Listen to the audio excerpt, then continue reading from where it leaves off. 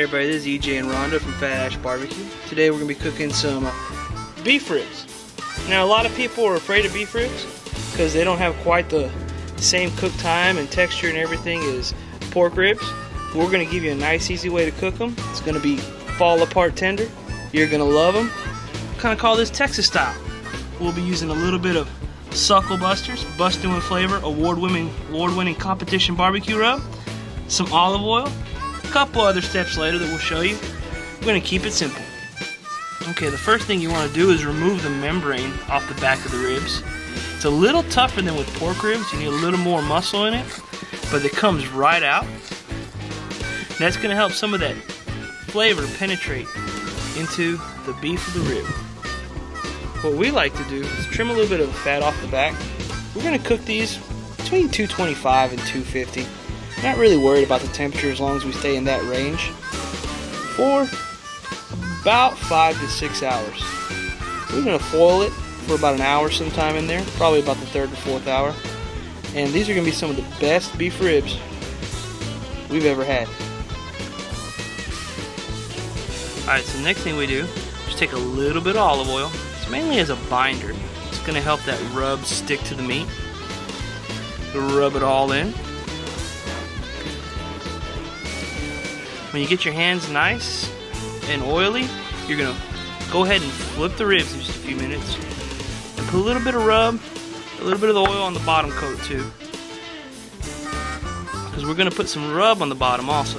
Now we get that SuckleBusters award-winning barbecue rub, their competition rub. You're just going to put a good layer on the bottom.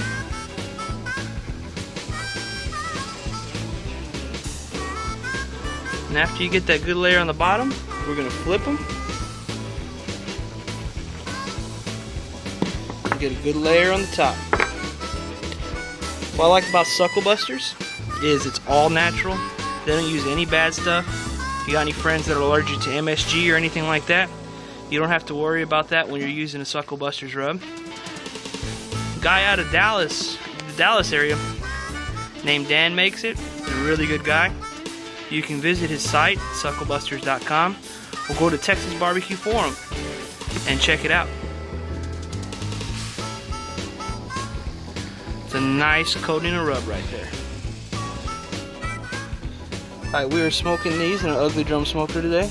This is our ugliest of the ugly drum smokers, but it's one of my favorites. We're going to do it at 225 to 250 like I said, and since it's beef, we're going to go ahead and use a little bit of mesquite today. See you in about 3 hours. Alright, what we're doing now, oh, those look good already. Just give it a quick spray. We're using apple juice.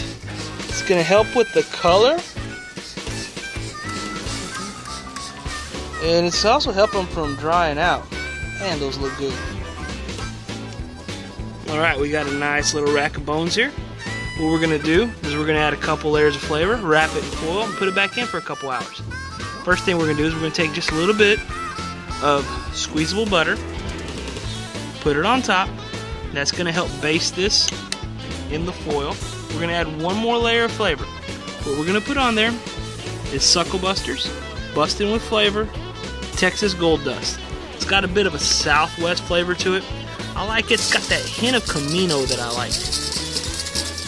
We're going to put that right on there.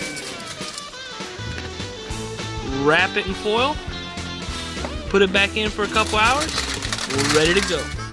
Okay, so all we do now is we're just going to split the foil right open.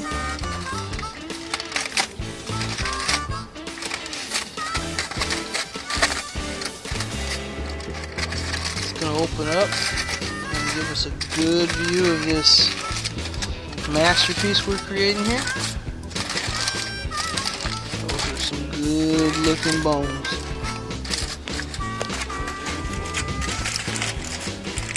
You can see they're going to be nice and tender. Got plenty of pullback. We'll let them sit for about another 30 minutes to firm up a little bit. Pull them off and eat them as is. No sauce needed. There you go. Right here. Very tender. Very easy.